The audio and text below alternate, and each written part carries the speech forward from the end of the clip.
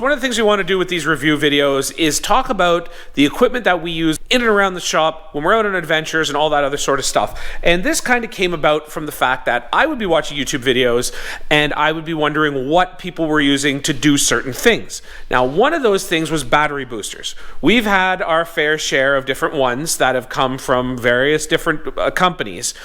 But there seems to be a consistent one that I see a lot of automotive YouTubers use, and they looked to be really reliable. So I had to do some hunting and watching, kind of peeking, trying to make out what the brands were and stuff like that I saw. And then once I finally figured it out, I headed online and I ordered one. So the one that we use pretty consistently is this JNC 660. It is 1700 peak amps, 425 cranking amps. Really super simple setup. Obviously got your positive and negative clamps. They are sturdy. Doesn't feel as though they're going to break.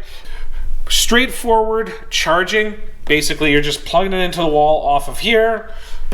Got your voltmeter here to show how much charge you've got. Charging and charging complete lights. Now, the one thing that I will have to say about this is that it does take a while to charge.